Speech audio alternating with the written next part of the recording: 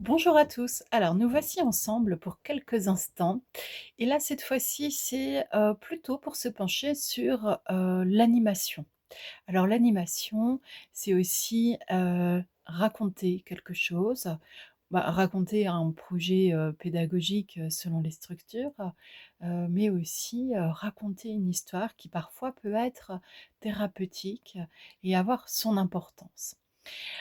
En fait, sur ces techniques d'animation, pour ma part, je suis, plutôt, on va dire une férue, de mes propres méthodes, et surtout une méthode en particulier qui est, la linguistique du cœur. La linguistique du cœur nous permet en fait, d'avoir une position qui est professionnelle et plutôt neutre en termes d'accompagnement, mais une position aussi qui est complètement ouverte et dans l'accueil, hein. On n'est pas une statue figée, froide, qui bloque, quand les gens arrivent. Non, on est dans l'accueil, on est avec eux et on va vivre ce moment pleinement. Simplement, tout ce qui pourrait, transparaître comme étant de notre, propre personnalité et qui peut-être parfois n'a pas de lien, particulier, je dirais, avec ce qu'on va développer avec cette clientèle, ce groupe et ainsi de suite, eh bien peut-être ça, on va apprendre à le mettre en retrait. Si vous voulez, me suivre, vous pouvez aussi, observer certaines de mes vidéos qui, elles, sont clairement, identifiées comme des guidances holistiques permettant, de faire un peu le point sur son existence. Et là, c'est vrai que c'est un autre domaine, mais justement, dans l'adoption de la posture neutre, quel que soit le moment que l'on est en train d'animer, en fait, on peut se permettre d'aborder tous les sujets, puisqu'en réalité, on laisse l'autre choisir si cela lui convient ou pas. Ici, je vais vous partager en fait des idées d'improvisation. Par exemple, dans l'animation, souvent le budget est assez restreint. Alors l'animation, animation de loisirs, animation pour enfants, pour adolescents, pour adultes, pour seniors, pour ultra seniors, quand on ne veut plus dire le mot EHPAD. Pendant les vacances, hors temps de vacances, en débrief dans des séminaires et cetera. Les temps d'animation sont pléthores dans nos existences et parfois on dirait qu'ils ont vocation à combler du vide. Alors, il peut m'arriver, de façon, très sérieuse, de proposer aussi, dans un atelier relaxation, dans une animation propre à nous ramener vers, une certaine sérénité, de contempler le vide. Et à ce moment-là, je peux vous assurer que nous ne sommes pas dans du rien, nous ne sommes pas dans du néant et nous ne sommes pas non plus, dans du vide. C'est paradoxal, mais c'est ainsi. Maintenant, ce que je vais faire, c'est que je vais vous proposer quelques objets. Imaginez, vous êtes, je sais pas, sur un nouveau poste d'animation, où vous avez une envie, un besoin d'animer, un temps particulier, ça peut aussi être en famille. Et puis, vous ouvrez une espèce, de caisse, de carton, de malle, que sais-je, un contenant qui, bah, évidemment, hein, de par sa définition, contient quelque chose. Alors vous me direz que le premier jeu peut être peut-être de deviner ce qu'il y a à l'intérieur de ce contenant et qu'il pourrait contenir des choses ou contenir du vide. Certes. On va imaginer qu'il y a des choses, que vous ne partez pas quand même dans une structure, totalement neuve avec absolument rien. Donc vous avez un contenant devant vous que l'on va nommer carton maintenant pour, être quand même dans un langage, qui va un peu plus droit au but et puis qui est un peu plus simple.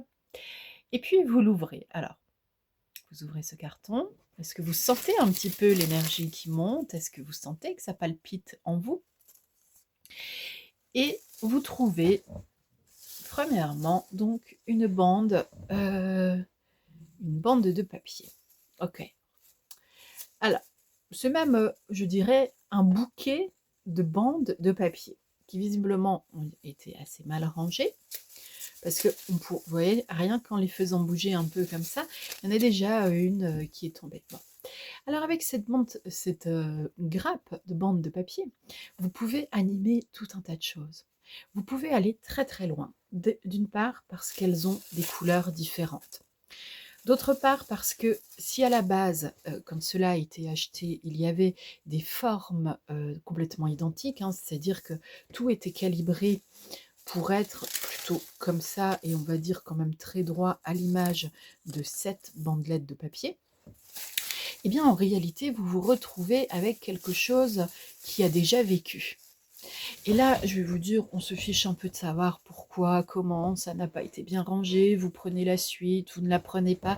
Mais en tout cas, mettez-vous en focus sur ce que vous devez réaliser, l'instant présent, maintenant. Ça fait partie aussi des techniques de la linguistique du cœur. Savoir se présenter de nouveau à soi-même sur son propre but d'activité.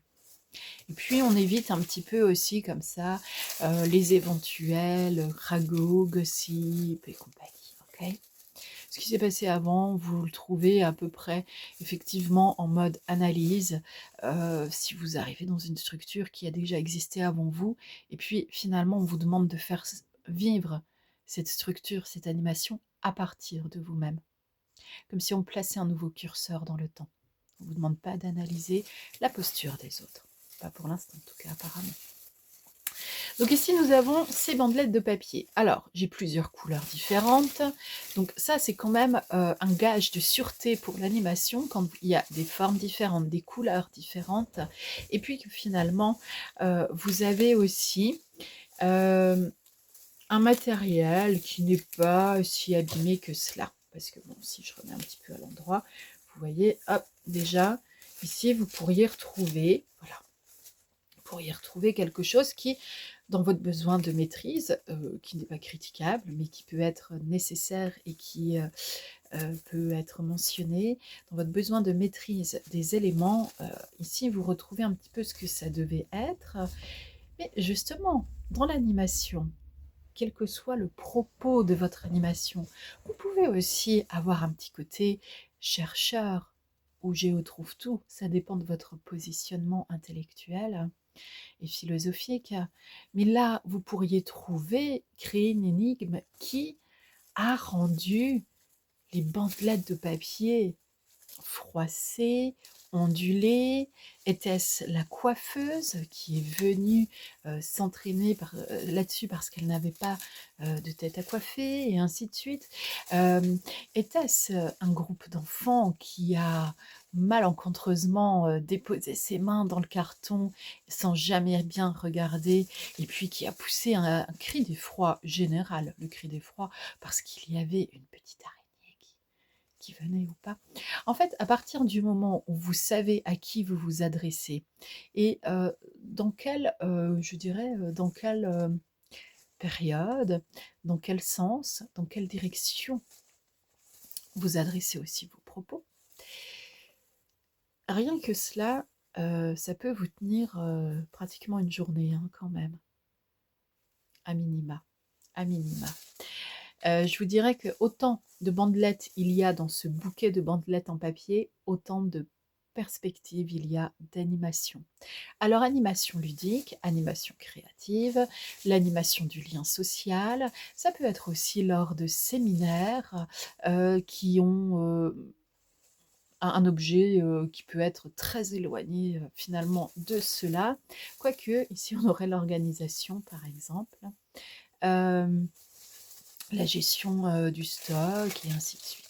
Donc ici, on a compris, on a récupéré quelque chose qui, à première vue, n'est pas forcément dans son état originel et bien entretenu, je dirais. Et cependant, nous avons tout de même énormément de capacité de création avec cela. Alors voilà, le mot création est lancé. Évidemment, il va nous accompagner un certain nombre de moments dans notre envie d'animer quelque chose. Ici, j'ai des cartes. Alors, pas René Descartes en main, hein, pour ceux qui pratiquent comme je le fais les animations philosophie, mais j'ai des cartes qui sont en fait des pochoirs. Et j'aime bien, moi, avoir en réalité beaucoup de supports qui peuvent être intéressants euh, pour diverses raisons. Ils peuvent être intéressants dans leur objet, dans leur mission principale. Un pochoir, c'est un pochoir. Avec un pochoir, je vais me permettre de dessiner avec euh, assiduité, peut-être, si j'ai besoin de rigueur. Mais avec, et puis surtout d'être assuré que le résultat sera correctement lisible par mes pairs, que je sois un enfant ou pas. Et puis en fait, ici, avec un pochoir, je peux tout à coup aussi avoir un modèle reproductible à moindre coût. Et avec un pochoir, je pourrais aussi m'amuser à faire du théâtre d'ombre. Du coup, ce ne sera pas des ombres chinoises, puisque nous ne sommes pas sur euh, les mêmes graphies. Mais vous comprenez bien à l'instant qu'en fait, chaque pochoir peut nous emmener dans un monde ou dans un autre. Et puis, je peux faire exprès de l'avoir à l'envers, à l'endroit. Vous comprenez l'ensemble des multitudes d'interprétations que nous avons. Alors, nous allons trouver de façon assurée euh, quelque chose à faire avec tout cela. Et là, par exemple, on serait dans un mode ésotérisme, divination. On pourrait dire, attention, il y a une lettre qui arrive, c'est l'initiale du prénom de la personne qui veut vous parler. On serait dans un séminaire qui a un autre mode de communication et par exemple sur le bien vivre ensemble dans l'industrie française pour nos chères têtes pensantes, managers et ainsi de suite. Le B. Qu'est-ce que représente le B, la lettre B pour vous? Alors, il faut aussi comprendre que dans l'animation d'un temps particulier pour nos chers compatriotes êtres humains, selon le contexte, il y a des choses aussi à éviter. Première chose, donc, connaissez votre contexte d'animation. Par exemple, si vous êtes en train d'apprendre le russe, alors qu'il y a 3 graphies particulièrement importantes dans l'écriture du russe, si vous vous en tenez à cela, vous n'allez pas très loin. Pas simplement parce que c'est A et B et qu'il y a d'autres lettres dans l'alphabet, parce que vous ne représentez pas toutes les graphies.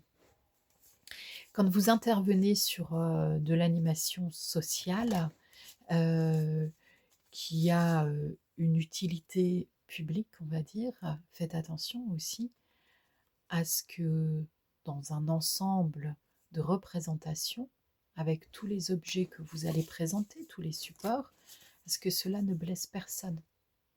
C'est hyper important. Alors ici, voilà, vous pouvez se demander quelle lettre c'était, à quoi ça nous sert. Vous êtes avec des enfants, vous pouvez évidemment leur faire raconter des histoires sans la lettre G, avec la lettre G. Quels sont les mots que l'on peut trouver? On peut faire un bac, c'est un jeu. On peut faire différentes choses. On peut écrire, on peut faire de la calligraphie, on peut s'entraîner, on peut faire de la peinture, on peut faire de la superposition euh, avec de la découpe, comme un peu du scrapbooking. En fait, vous pouvez tout faire. Il suffit d'observer ce que vous avez en termes de matériel et puis vous cumulez les informations. C'est l'art de la débrouille. Et par exemple, dans l'entreprise, quand vous commencez à manager, eh bien parfois, en fait, il est aussi très bon d'être dans l'art de la débrouille pour de vrai.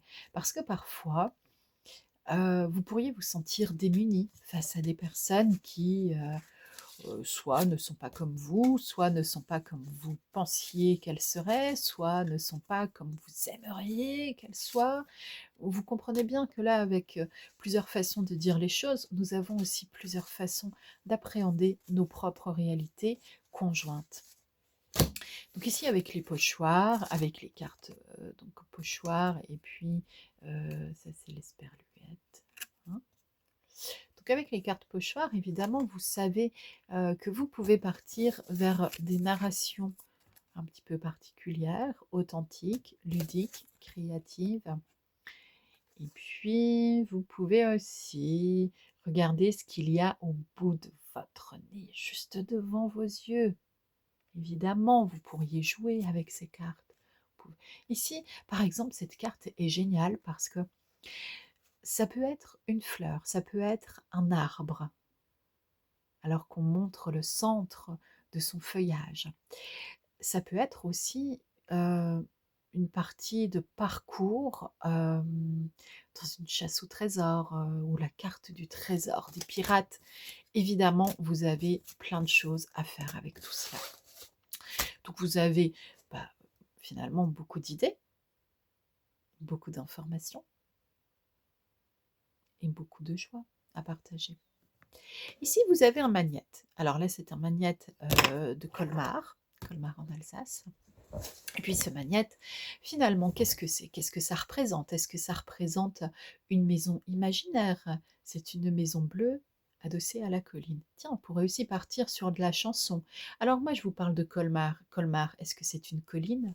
Vous pouvez croiser les informations, vous pouvez en fait construire votre propos sans jamais vous arrêter, pour peu que votre principe de réalité reste concret. C'est-à-dire que mon principe de réalité, quand je suis dans un temps d'animation, quel que soit le but de cette animation, en gestion du stress, en développement individuel à titre personnel sur une certaine philosophie de vie, que ce soit les temps périscolaires pour les enfants, ou dans une bibliothèque, une médiathèque, ou peut-être dans un supermarché pour de la vente aussi, en tête de gondole. Il me suffit d'un seul objet pour attirer votre attention et commencer à raconter une histoire. L'histoire qui va vous plaire, qui va vous emporter, qui va être accueillie dans votre cœur. Je vous rappelle que moi, ma méthode, c'est la linguistique du cœur. Ici, alors, j'ai un document qui pourrait être aussi tout simplement un marque-page. Alors, d'un côté, c'est lire fait vivre. Alors, à partir de ça, je vais vous dire, vous pouvez faire des tonnes et des tonnes d'animations. Et d'un autre côté, j'ai pas ce soir, je lis. Alors là, ça change peut-être de public, mais encore une fois, vous pouvez avoir des tonnes et des tonnes d'informations à transmettre. Parce que l'animation, c'est ça aussi, c'est je transmets quelque chose, je transmets un propos, je transmets une connaissance sur le territoire que j'anime. Si je suis dans l'animation touristique, je suis aussi, par exemple, dans de l'animation pour de l'accompagnement en fin de vie. Et là, je peux transmettre sur la notion de la sagesse, du trésor, du recueillement, peut-être du secret aussi. Alors, par exemple, si je trouve une boîte comme ça, toujours dans mon carton de base, n'est-ce pas?